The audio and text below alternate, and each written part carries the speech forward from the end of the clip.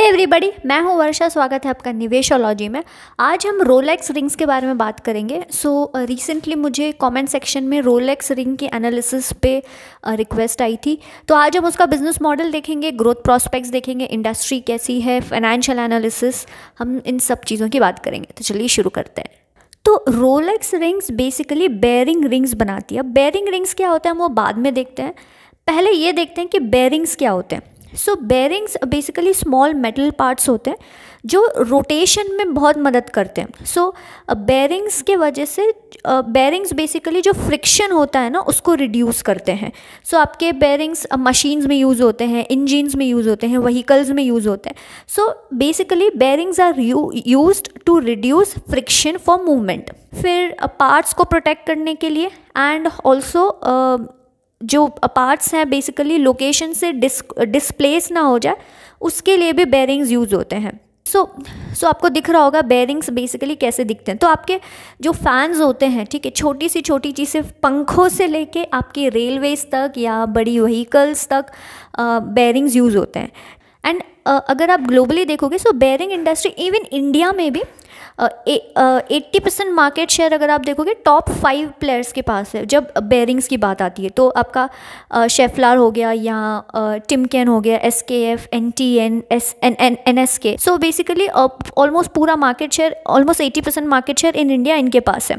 तो जैसे मैंने कहा, पंखों से लेके आपका एयरप्लेन तक, railways, agriculture, generators, electric generators और आपके रेफ्रिजरेटर्स, वैक्यूम क्लीनर्स, हर इन जगहों पे या हर इन प्रोडक्ट्स में आपकी बेयरिंग्स यूज़ होती हैं। अब आते हैं बेयरिंग कंपोनेंट्स पे। Rolex is basically into bearing components. तो अब ये समझ लो कि बेयरिंग्स बनाने के लिए बेयरिंग्स कंपोनेंट्स लगते हैं। Bearing components are basically the raw material for bearings एक तरह से, ठीक है। अब रोलेक्स रिंग्स जो है ये बेयरिंग कंपोनेंट्स में है। बेसिकली बेयरिंग कंपोनेंट्स में 5 बेसिक पार्ट्स होते हैं। आपका इनर रिंग हो गया, आपका आउटर रिंग हो गया, रोलिंग एलिमेंट हो गया, केज हो गया एंड सील्स हो गया। आपको यहाँ पे पिक्चर में दिख रहा होगा बेयरिंग एंड देन उसके जो कंपोनेंट्स हैं। अब यहाँ पर अगर आप रोलेक्स देखोगे बेयरिंग रिंग में है, दैट इज़ रोलेक्स रिंग्स है Ravi Technoforge India private limited. Then rollers में कुछ कंपनियां हैं, बेयरिंग सील्स में है, बेयरिंग केजेस में है। अब यहाँ पर जो इनर एंड आउटर रिंग्स है, those are basically commonly referred as bearing rings, जिसमें रोलेक्स है। तो आपका इनर रिंग हो गया एंड आपका आउटर रिंग हो गया, these are called bearing rings, और यहाँ पर रोलेक्स है। And this is actually the most critical and largest raw material cost for the bearing sector. अब ये जो rings है ना, ये actually अलग अलग तरीके से मैन्युफैक्चर होती है। cold drawing of steel bars या by forging process। अब यहाँ पर जो ये 3 प्रोसेस है, that is tubes, cold drawing of steel bars और by forging process, ये 3 प्रोसेस है जिससे बेयरिंग रिंग्स बनाई जाती हैं। लेकिन यहाँ पर ये तीनों प्रोसेस में से जो फोर्ज्ड रिंग्स हैं, ये बेसिकली क्रिटिकल एप्लीकेशंस में यूज़ होती हैं जहाँ लोड या स्ट्रेस इज़ रिलेटिवली हाई। अब इसको समझते हैं। मैंने एक डिस्क्रिप्शन में एक वीडियो लिंक डाली है जहाँ पर फॉर्जिंग प्रोसेस क्या होती है, फॉर्जिंग लाइंस कैसी होती है या हॉट रोल्ड रिंग्स कैसी बनाई जाती है, वो आपको वहाँ पर मदद कर देगा। सो बेसिकली फॉर्जिंग प्रोसेस तब यूज़ होती है जब, जैसे फॉर एग्जांपल फ़ैन में जो बेयरिंग्स लगती हैं या फ़ैन के जो बेयरिंग्स में जो बेयरिंग रिंग्स लगती है, वहाँ पे हो सकता है कि लोड स्ट्रेस इतना हाई ना हो, तो वो नॉर्मल आपका कोल्ड ड्रॉइंग या ट्यूब से भी वो बेयरिंग रिंग्स बन जाएगी। लेकिन जहाँ पर लोड या स्ट्रेस रिलेटिवली हाई होता है, वहाँ पर फॉर्जिंग प्रोसेस यूज़ की जाती है। फॉर्जिंग प्रोसेस से आपका जो बेयरिंग रिंग होता है वो हार्ड बनता है, ठीक है, स्ट्रेंथ उसमें ज़्यादा आती है, ऐसे समझ लो। क्रिटिकल एप्लीकेशंस में जहाँ पर लोड स्ट्रेस ज़्यादा है, वहाँ पर बेसिकली फॉर्जिंग प्रोसेस यूज़ होती है। जो रोलेक्स है, बेसिकली इन्होंने इन हाउस कैपेबिलिटीज़ डेवलप की हैं इन सारी रिंग्स के लिए। तो इनके पास काफ़ी सारी फॉर्जिंग लाइंस हैं, मशीनिंग लाइंस हैं, एंड जिसके वजह से वैल्यू एडेड प्रोसेस काफ़ी यूज़ होते हैं। जहाँ जहाँ पर क्रिटिकल एप्लीकेशन होता है वहाँ वहाँ वैल्यू एडेड प्रोसेस खूब यूज़ होते हैं। प्लस इसके वजह से मार्जिन्स भी इनके अच्छे हैं, एंड यहाँ पर ये लोग वैल्यू एडेड प्रोडक्ट्स भी लेके आ रहे हैं। सो मोटा मोटी सिंपल भाषा में रोलेक्स रिंग जो है वो बेयरिंग्स के लिए बेयरिंग रिंग्स बनाती है। बेयरिंग रिंग्स आपका आउटर रिंग हो गया, इनर रिंग हो गया, जहाँ पर रोलेक्स रिंग प्रेजेंट है। एंड यहाँ पर जैसे कंपनी का अगर आप देखोगे, उनके प्रोडक्ट्स की डाइवर्स रेंज है। सो बेसिकली 0.01 kg से लेके 163 kg तक के ये स्टील बेयरिंग रिंग्स बनाते हैं विथ ऑलमोस्ट इनर डायमीटर अगर आप देखोगे 25 mm to outer diameter of 900 mm। So यहाँ पर इस वजह से कंपनी के जो प्रोडक्ट्स है, so they are actually suitable for wide range of end user industries, जैसे आपका ऑटोमोटिव हो गया, रेलवेज़ हो गया, इंडस्ट्रियल इंफ्रास्ट्रक्चर हो गया, रिन्यूएबल एनर्जी। तो डाइवर्स रेंज की वजह से अलग अलग इंडस्ट्रीज़ में यूज़ होते हैं। अब ये तो हमने बेयरिंग रिंग्स की बात की। अब एक्चुअली कंपनी ऑटोमोटिव कंपोनेंट्स भी बनाती है। तो आपका गियर ब्लैंक्स हो गया। So gear blanks is basically use to prepare gear एक तरह से। देन चैसिस कंपोनेंट्स हो गए। So chassis components is basically main frame बोल सकते हो या ढांचा बोल सकते हो। व्हील हब्स इज़ लाइक जिस पे व्हील माउंट होते हैं। देन एग्जॉस्ट सिस्टम हो गया। सो ये सारी बेसिकली ऑटोमोटिव कंपोनेंट्स में कंपनी है। अब यहाँ पर कंपनी के अगर आप क्लाइंट्स देखोगे, सो ऑलमोस्ट सारी जो बड़ी बड़ी बेयरिंग कंपनीज़ हैं ये रोलेक्स की क्लाइंट्स हैं, प्लस टेस्ला भी इनका क्लाइंट है। आगे बढ़ने से पहले अगर जैसे मैंने आपके लिए एनालिसिस की, आपको फंडामेंटल एनालिसिस सीखनी है, टेक्निकल एनालिसिस सीखना है, सो फिनग्रैड बेसिकली ये सारे कोर्सेज प्रोवाइड करता है and value for money course है। तो आप इनकी वेबसाइट पे जाके ज़रूर देखिएगा, वहाँ पे बहुत सारे वेबिनार्स भी एक्चुअली फिनग्रैड कंडक्ट करता है, एंड काफ़ी सस्ते में ये लोग कोर्सेज प्रोवाइड करते हैं, वैल्यू फॉर मनी जैसे मैंने कि कहा। तो आप इनकी वेबसाइट ज़रूर विजिट कीजिएगा। फिनग्रैड के कोर्स की लिंक मैंने डिस्क्रिप्शन बॉक्स पे डाल दी है, तो आप ज़रूर चेकआउट कीजिएगा। अगर मैं ग्रोथ ड्राइवर्स की बात, सो ग्रोथ ड्राइवर्स के पहले अगर हम इनका देखें, सो जो रोलेक्स है, so this is basically top 5 forging companies में आती है ये। इन FY21 कंपनी ने bearing rings and automotive components supply किए to almost 60 customers in 17 countries. So India में हो गया, US में, एंड यूरोपियन कंट्रीज़ में जैसे जर्मनी हो गया, France, Italy, Jake Republic. And FY22 में अगर आप देखोगे एक्सपोर्ट रेवेन्यू ऑलमोस्ट 58% था टोटल रेवेन्यू का। Now what is this unique thing about this company is, या अबाउट दिस इंडस्ट्री में भी, सो जो बेयरिंग रिंग्स है ना, these are basically critical component होते हैं बेयरिंग में, एंड जहाँ पर precision and high quality standard लगते हैं। सो हाई प्रिसिशन लगता है, हाई क्वालिटी स्टैंडर्ड लगते हैं, एंड इसके वजह से यहाँ पर कस्टमर स्टिकीनेस खूब होता है। इस इंडस्ट्री में कस्टमर स्टिकीनेस खूब हाई है। सो इसी वजह से अगर आप देखोगे ऑलमोस्ट टॉप 10 कस्टमर्स में से ऑलमोस्ट अबाउट 7 कस्टमर्स जो हैं इस कंपनी के साथ एसोसिएटेड है फॉर मोर देन 10 ईयर्स। सो यहाँ पर लॉन्ग टर्म रिलेशनशिप है, और जैसे कस्टमर स्टिकीनेस बेसिकली इस कंपनी में दिख रही है। कंपनी क्या कर रही है, एक तो नए कस्टमर्स विन कर रही है, ये एक चीज़ हो गई। सेकेंड चीज़ हो गई कि जो एग्जिस्टिंग कस्टमर्स हैं वो लोग अलग अलग कंट्रीज़ में एक्सपैंड कर रहे हैं, तो उनके कॉन्ट्रैक्ट्स भी रोलेक्स रिंग्स को आ रहे हैं। सो रोलेक्स रिंग्स ने बेसिकली टिमकेन्स जो मैंने आपको कहा था उनके फ्रांस प्लांट से शुरुआत की थी, एंड अब बेसिकली वो उनके 7 प्लांट्स को केटर करते हैं इन 5 कंट्रीज़। एंड यहाँ पर FY22 में रोलेक्स ने basically Korea based bearing company को एज अ कस्टमर ऐड किया। एंड पहले क्या होता था ना, ये जो कोरिया बेस्ड कंपनी है ये पहले बेयरिंग रिंग्स कोरिया से लेती थी या तो चाइना से लेती थी।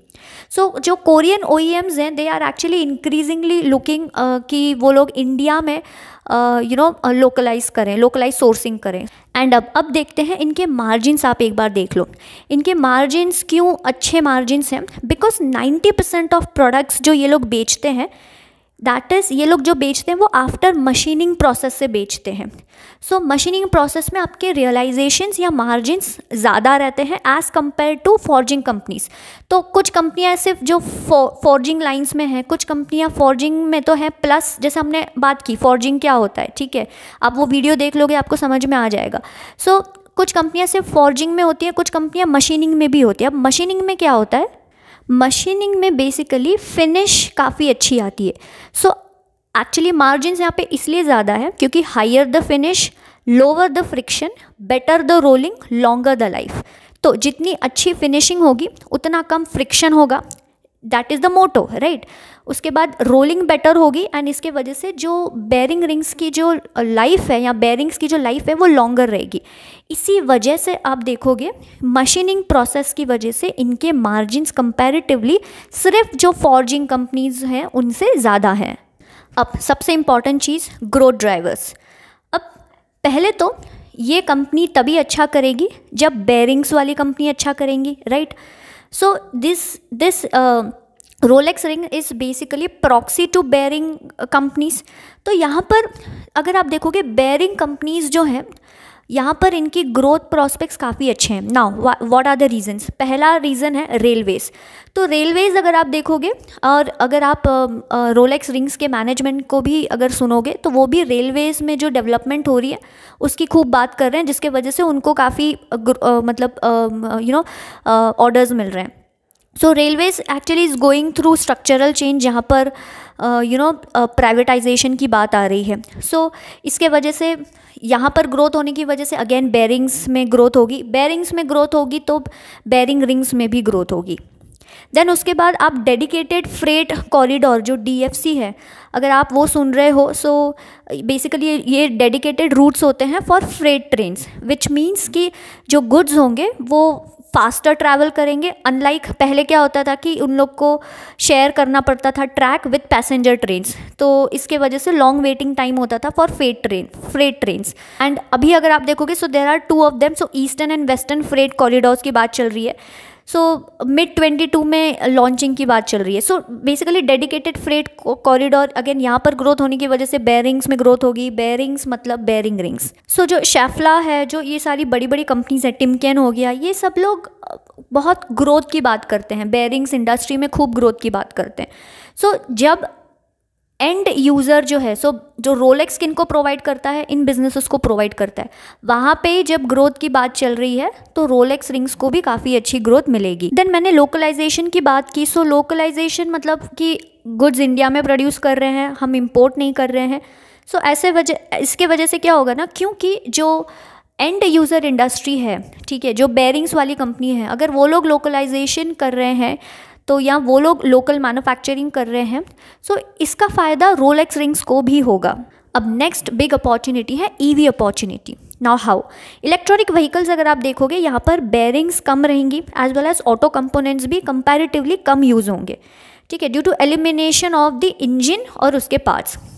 लेकिन जो रोलेक्स बेरिंग्स है ना, सो रोलेक्स रिंग्स जो है, यहाँ पे रोलेक्स रिंग के बेरिंग्स एंड ऑटो कंपोनेंट्स जो है इंजन पार्ट के लिए एक्चुअली नेग्लिजिबल है, ठीक है।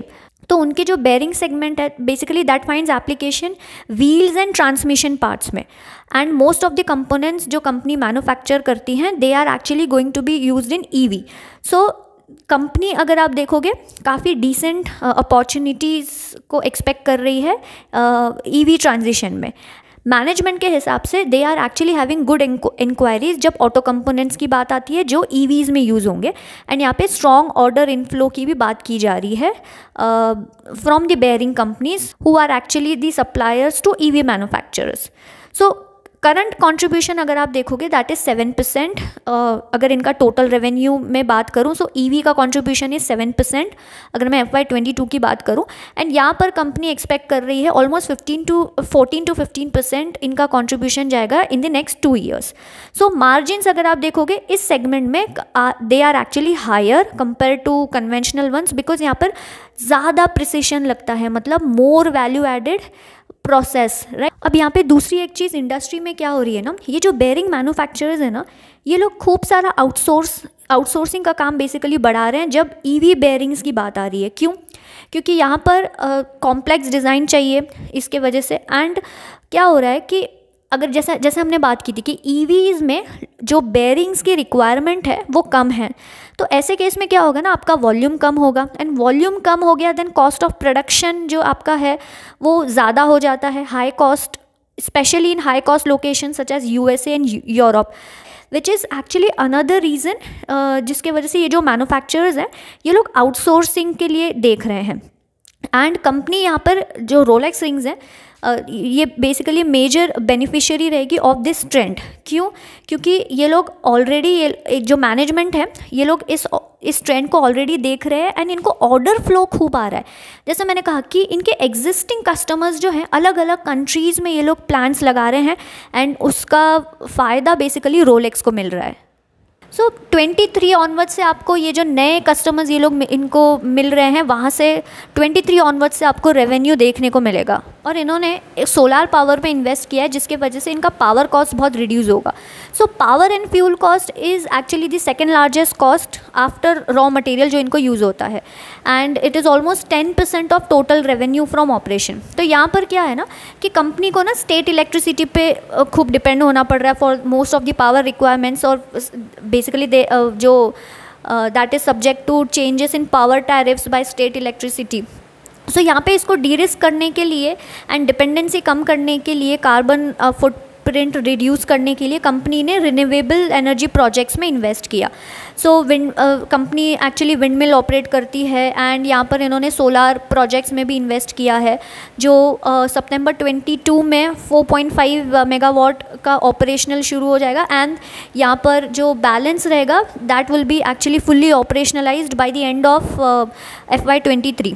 सो यहाँ पर अगर हम कॉस्ट की बात करें या कॉस्ट सेविंग्स की बात करें, सो ये प्रोजेक्ट की वजह से बेसिकली इस साल 3 करोड़ की सेविंग्स होगी एंड उसके बाद जब आफ्टर फुल इंस्टॉलेशन जब हो जाएगा, जब पूरा इंस्टॉलेशन हो जाएगा तो savings could be to the tune of 13 to 14 crore annually and इसके वजह से मार्जिन्स में भी कुछ अच्छी राहत मिलेगी। सो काफ़ी अच्छी चीज़ें हो रही है इस कंपनी में। जैसे ये हो गया, इनका पावर कॉस्ट रिड्यूस हो जाएगा, देन ईवी से काफ़ी अच्छी ग्रोथ है, एंड यूज़र ही आपका जो एंड यूज़र इंडस्ट्री है वहाँ पे भी खूब ग्रोथ आ रही है। अब अगर हम इंडस्ट्री की बात करें, इकरा का ये एस्टिमेट है कि डोमेस्टिक बेयरिंग कंपोनेंट्स सप्लायर की अगर मैं बात करूँ तो उनके पास ऑलमोस्ट 4,500 करोड़ का मार्केट पोटेंशियल है। जैसे जो बाकी की रेस्ट ऑफ डिमांड है वो बेसिकली फिनिश गुड्स इंपोर्ट से केटर की जाती है एंड जो बेयरिंग का जो रॉ मटेरियल कॉस्ट है बेसिकली जो बेयरिंग रिंग्स हैं या रेसेस हैं ये actually major share of raw material account करती है which is followed by rollers, cages and seals. तो मोटा मोटी जिसमें रोलेक्स रिंग्स है that actually account for major share of raw material.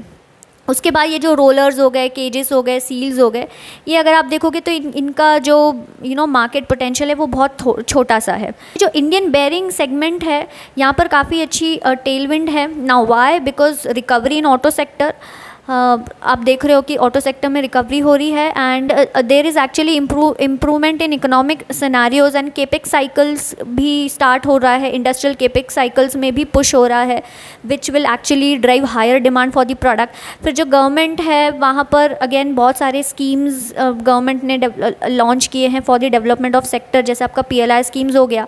Then trade war हो रहा है US चाइना के बीच, देन सप्लाई चेन डिस्ट्रप्शंस जो पैंडमिक की वजह से आया एंड यूक्रेन की जो रशिया यूक्रेन का वॉर था उसके वजह से जो डिसरप्शंस आए।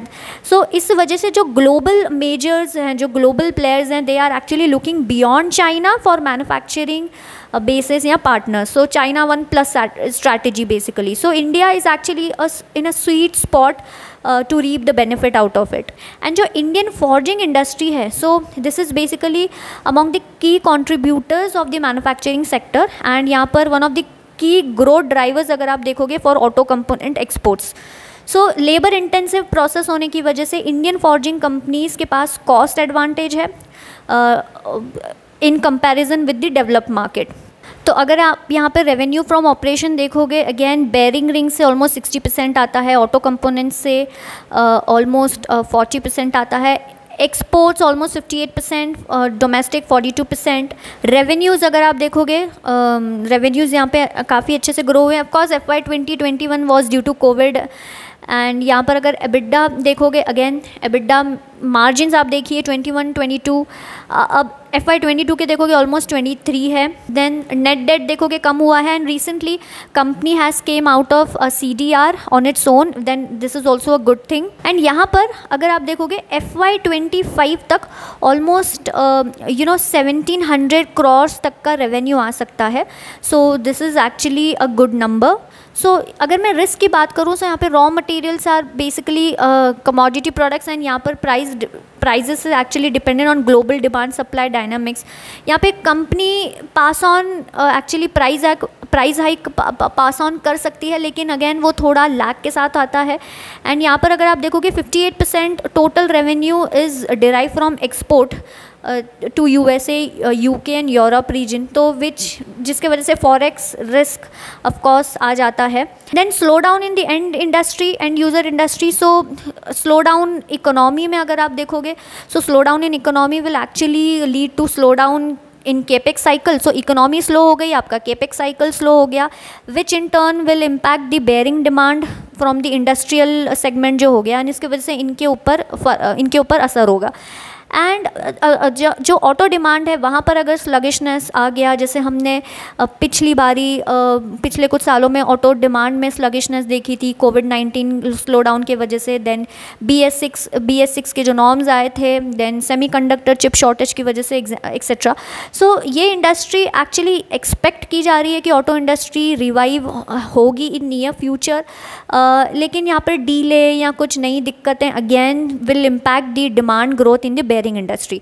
एंड जैसे मैंने कहा, ऑटो एंड इंडस्ट्रियल मशीनरीज अगर आप देखोगे, so these are actually cyclical in nature, and prolong down cycle होने अगर आता है, सो इसके वजह से यहाँ पर नेगेटिव ग्रोथ देखी जा सकती है। अगर मैं वैल्यूएशन की बात करूँ, सो वैल्यूएशन एक्चुअली देखा जाए तो जैसे मैंने कहा कि यहाँ पर 3 साल में यहाँ पे ग्रोथ काफ़ी अच्छी हो सकती है। सो कंपनी इज़ यहाँ पर ऑलमोस्ट 1700 करोड़ की सेल्स की बात कर रही है, जहाँ पे ऑलमोस्ट 18-19% CAGR ग्रोथ अगर आप कैलकुलेट करोगे तो आती है। सो यहाँ पे ग्रोथ तो काफ़ी अच्छी है, एंड एंड यूज़र इंडस्ट्री भी खूब ग्रो कर रही है, बट वैल्यूएशन मुझे कंपैरेटिवली थोड़ा ज़्यादा लगता है। रिसेंटली काफ़ी ज़्यादा ये कंपनी बढ़ गई थी, एंड जैसे मैंने कहा कि सारे IPOs अगर आप देखोगे बाद में काफ़ी बढ़ भी गए थे। एंड दी अदर थिंग जिसको आपको ध्यान देना है कि जैसे जोमेटो के केस में हुआ, यहाँ पर भी लॉक इन पीरियड ख़त्म हो सकता है, जिसके वजह से यहाँ पर corrections not exactly like Zomato, लेकिन थोड़े बहुत करेक्शंस आपको देखने को मिल सकते हैं of course in the short term.